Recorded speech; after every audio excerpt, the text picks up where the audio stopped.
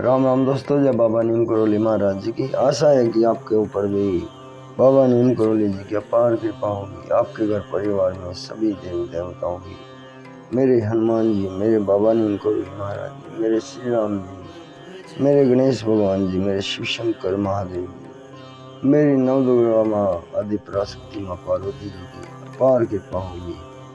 आपके घर परिवार में सभी कुशल मंगल हो। इसी मंगल प्रार्थना के साथ आज मैं आपको एक बहुत ही प्रेरणादायक और दिलचस्प कहानी का शीर्षक है, आता हो तो हाथ से ना दीजिए।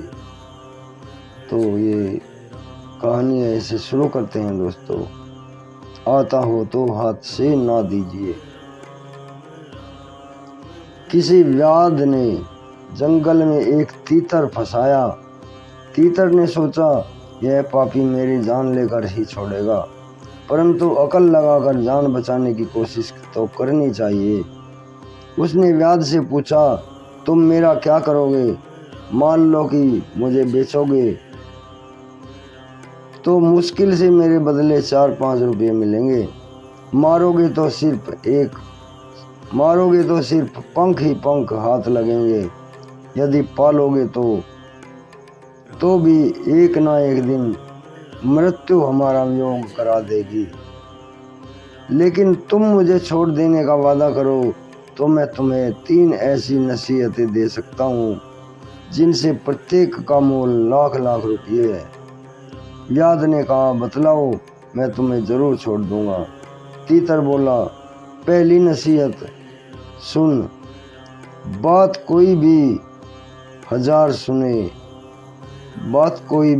सुनाए, कीजिए वही जो समझ में आए। दूसरी नसीहत, काबू हो तो कीजिए ना गलफत।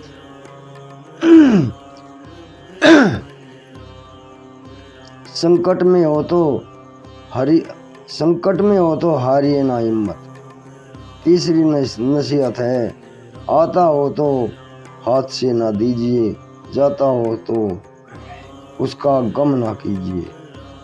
व्याध ने जो ही जाता हो तो गम ना कीजिए सुना तो उस तीतर को छोड़ दिया। तीतर तुरंत उड़कर पेड़ पर जा बैठा और बड़ी आज़ादी से व्याध से कहने लगा, मैंने जो 3 नसीहतें तुझे बतलाई हैं उनके उदाहरण भी दे देना चाहता हूँ। देख, मैं अपनी कैसी आफत में था, पर मैंने हिम्मत नहीं हारी और अपनी बातों के बल पर तेरे चंगुल से छुटकारा पा लिया। तू गलफती में और अभागा है कि बातों में आकर मेरे जैसे बहुमूल्य पक्षी को छोड़ दिया। मेरे पेट में 1 लाख कीमत का एक लाल है। इस पर बहेलिया अफसोस कर हाथ मलने लगा।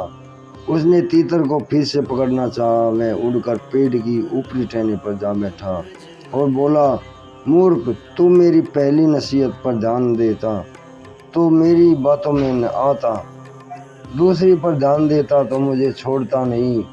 अब जरा अकल से काम ले कि तीतर के पेट में लाल कहाँ से आया।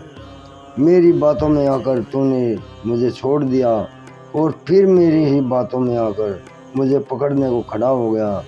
अपनी अकल से काम लेना सीख। जो कोई कुछ कहेगा उसी पर चलने लगेगा तो तेरा मनोरथ कभी सफल नहीं होगा। दोस्तों, ये बहुत ही ज्ञानवर्धक और प्रेरणादायक कहानी है। इसे आगे भी शेयर करें। आता हो तो हाथ से ना दीजिए। अभी आज्ञा लेता हूँ मेरे भाई।